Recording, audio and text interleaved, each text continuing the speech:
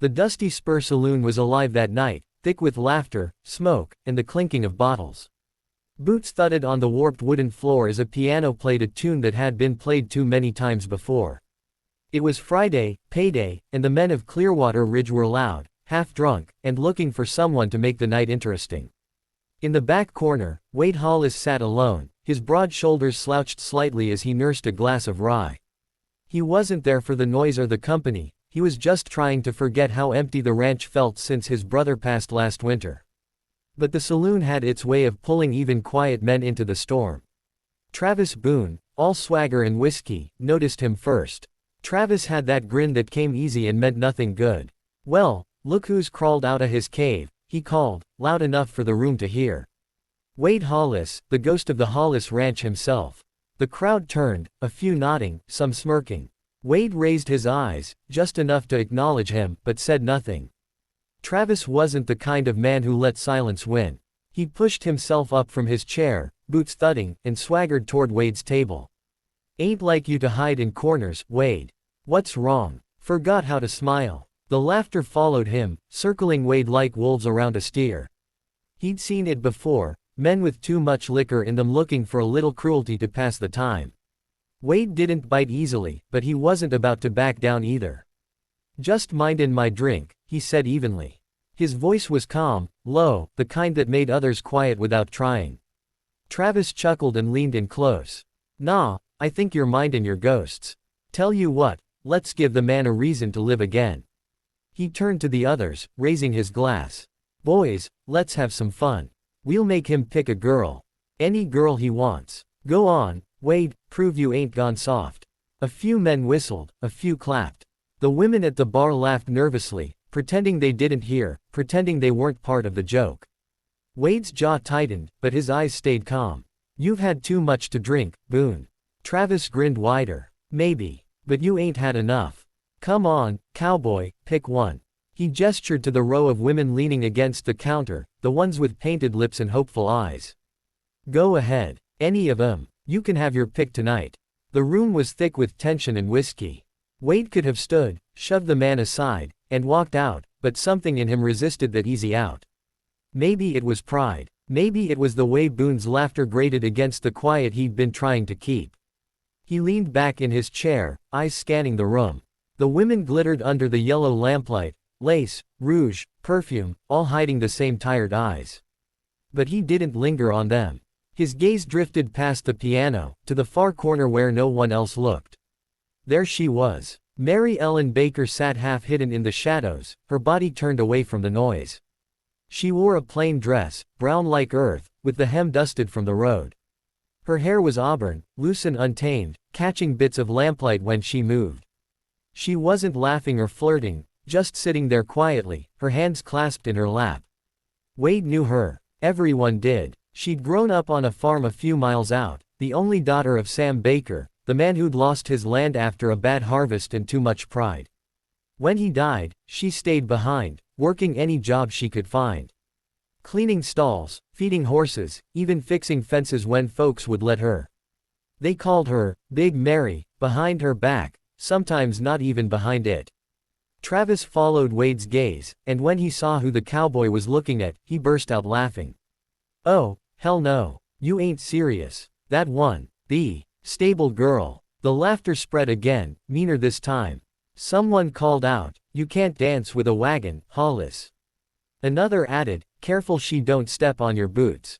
Wade's face didn't change. He rose slowly, pushing his chair back until it scraped the floor. The noise dimmed a little. He adjusted his hat, straightened his coat, and walked across the saloon. Every eye followed. Mary Ellen noticed the shadow fall across her. She looked up, startled. "Evenin'," she said softly, unsure. "Evenin'," he replied. His voice was calm, low, and carried no trace of the laughter behind him. "You dance?" She blinked, confused. "Me?" He nodded once. "You?" A flush rose in her cheeks.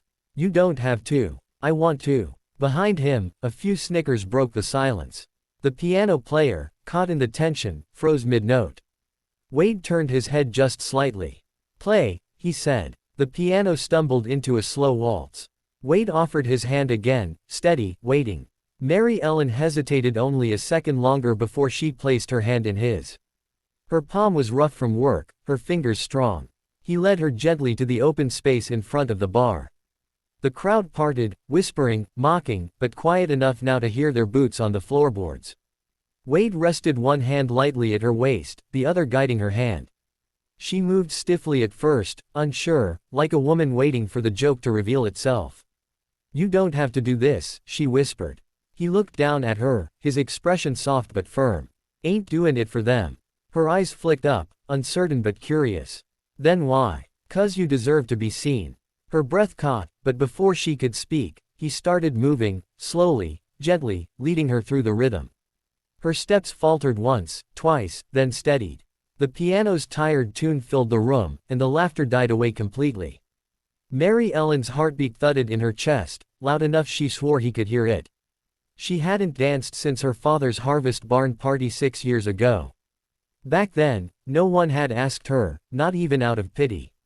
Now this man, this quiet, hard-eyed cowboy, held her like she was something fragile. "You're making them laugh," she whispered, her voice trembling. "Let 'em," he said simply. "Ain't their dance." The song carried on, and something strange happened. The tension shifted. The men who'd been sneering began to quiet. The women who'd been watching leaned in closer. The sight of that big rancher, spinning that, too big, girl under the lamplight, silenced something cruel in the room. By the time the music faded, Mary Ellen was smiling, a small, startled smile that looked like it hadn't been used in years. Wade stopped, tipped his hat to her, and turned toward the others. His voice was steady, even, but it cut through the hush like a blade. "You told me to pick any girl I wanted," he said. "I did." For a heartbeat, no one spoke. Then he took Mary Ellen's hand again and led her toward the door. The crowd parted without a word. Outside, the night was cool and quiet, the stars spilling across the dark like spilled salt. He helped her step down from the porch. She looked at him, bewildered. "Why'd you do that?" He smiled just a little, enough to make her heart stutter. "'Cause sometimes, folks need remindin' what beauty really looks like." And as they walked into the night, the laughter behind them never rose again. The morning light stretched over Clearwater Ridge like a blessing, soft and pale gold, seeping through the cracks of an old barn and spilling across the open fields. A cool breeze carried the scent of hay and damp earth, whispering through the long grass as though the land itself were waking up slow. Wade Hollis sat on the edge of the fence by the Baker place, his hat low over his eyes, watching the sun rise over the battered house that had seen too many winters. Mary Ellen stepped out onto the porch, her dress faded but clean, an apron tied neatly around her waist. Her auburn hair was gathered back this time, though a few strands had escaped, brushing her cheeks in the breeze. She squinted into the sunlight, her expression cautious, as though unsure if what she saw, Wade Hollis sitting there like he belonged, was real. "You really came," she said softly, folding her arms. "I said I would," he replied, lifting his gaze to meet hers. "You didn't have to," she said. "Most men don't show their face again after making a scene like that." Wade's lips curved in the faintest smile. "Ain't one for scenes. I just wanted to dance." She let out a small huff, not quite a laugh but close. "That's what you call it. I reckon every man in the saloon'll be talkin' about it for weeks." He shrugged. "Let 'em. Ain't my concern what they got to say." Mary Ellen looked away toward the fields, where the weeds grew tall and thick, strangling the remains of what used to be good wheat. The land looked tired, same as her. "It'll be your concern soon enough. Folks got long memories out here. They don't forget what don't fit their stories." Wade stood then, brushing dust from his jeans. "Then maybe they need new stories." The words caught her off guard. She glanced at him, trying to find the mockery hidden in his tone, but there wasn't any. His eyes were steady, kind in a way she didn't know how to handle. He stepped closer to the porch, his boots sinking a little in the wet ground. "You been runnin' this place by yourself since your daddy passed?" She nodded, quiet. "Tryin' to. Ain't much left to run. Bank took most of it. What's left, just won't let go of me, I guess." "You could come work my land," he said simply. She blinked. "What? I need help. Got more acres than I can handle alone. You know your way around soil, animals, fences. You work harder than most men I've hired." Her brow furrowed. "You offerin' me a job?" He tilted his head. Maybe something like that. Mary Ellen gave a small, incredulous laugh and shook her head. You don't know what you're askin'. Folks'll think I trapped you. Or that you're talkin' pity on the big girl who can't find her place. Wade's jaw tightened slightly. You think I give a damn what they think? She opened her mouth, but he wasn't done.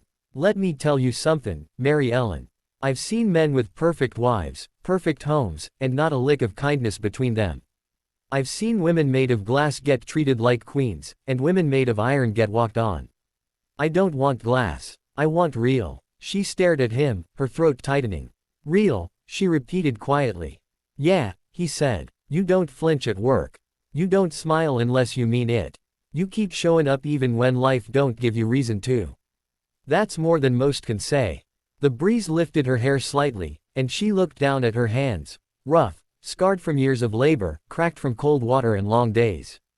No man had ever spoken about those hands like they were something to be proud of. You talk like you already decided something, she said finally. I did. She hesitated. And what's that? That you deserve better than how they see you. The words were quiet, but they landed heavy. For a moment, neither spoke. The prairie was still except for the wind sighing through the fence posts. Mary Ellen turned away, her eyes shining with something between disbelief and fear. You don't know me, Wade. You know what they say. You think I ain't heard it. Too big, too plain, too much. He stepped closer, his voice low and sure. They say a lot of things. Don't make 'em true. She swallowed hard, her heart thudding in her chest. You think you can fix a life like mine with a few kind words? He shook his head. I ain't fixin' you. You don't need fixin'. Just want to walk beside you a while. The simplicity of it undid her. No fancied promises, no pity, just that quiet, steady truth she hadn't realized she needed to hear. She tried to speak, but the words wouldn't come. He looked past her toward the sagging barn. Fence out back's busted, he said, as though sensing her need for distraction. I could help mend it. Mary Ellen laughed through the lump in her throat. You don't have to do that. He grinned slightly. Maybe I want to. They spent the next few hours in a quiet rhythm of work. Wade fetched tools from his horse while Mary Ellen showed him the break in the post. They didn't talk much, just the scrape of metal, the soft thud of boots in the dirt, and the occasional sound of him humming under his breath. Once, while handing him a hammer, their fingers brushed. It was a small thing, but her breath caught anyway. Wade looked up at her, and for a heartbeat, the whole world seemed to pause, the wind, the birds, the ticking of time itself. By the time the fence was standing straight again, the sun had climbed high, bathing the land in the kind of light that made even broken things look new. Wade leaned against the fence rail, sweat on his brow, a faint smile playing at the corner of his mouth. Mary Ellen wiped her hands on her apron, then crossed her arms, pretending to inspect the post. You did a decent job, cowboy. Decent, he teased. That post'll outlive us both. She smiled, a real one this time. It softened her whole face, made her eyes brighter, her shoulders lighter. He watched her quietly, taking it in. You oughta smile more, Mary Ellen. She rolled her eyes. Don't tell me what I oughta do. He chuckled. Fair enough. They stood there for a while, side by side, watching the grass sway under the afternoon wind. It wasn't much, just a shared silence, but it felt like something solid, something that might last. Finally, she turned to him. You serious about what you said? 'Bout me workin' your land? He met her eyes. I don't say things I don't mean. And if folks start talkin'? She asked. Let 'em, he said again, voice quiet but sure. They've been talkin' their whole lives. Maybe it's time they learned something worth sayin'. She looked at him a long moment, then nodded slowly. All right, Wade Hollis. Let's see if you can keep up. He laughed softly. Reckon I'll do my best. The wind picked up again, rustling the wheat, tugging at their clothes, and carrying the scent of earth and sweat and something that might have been hope. For the first time in years, Mary Ellen didn't feel invisible. She didn't feel mocked, or pitied, or forgotten. She felt seen, clear as day, strong as the land beneath her feet. And as Wade saddled his horse and turned back toward her with a half smile, she knew this wasn't charity. It wasn't rescue. It was the beginning of something simple, honest, and rare, two weary souls choosing to believe that maybe, just maybe, they weren't too broken to start again. When he tipped his hat and said, "See you tomorrow," she nodded, feeling warmth bloom in her chest that no sunrise had ever given her. And as he rode off down the dusty road, she stood by the fence they'd mended together, the morning stretching into day, the weight of old laughter finally lifting off her shoulders.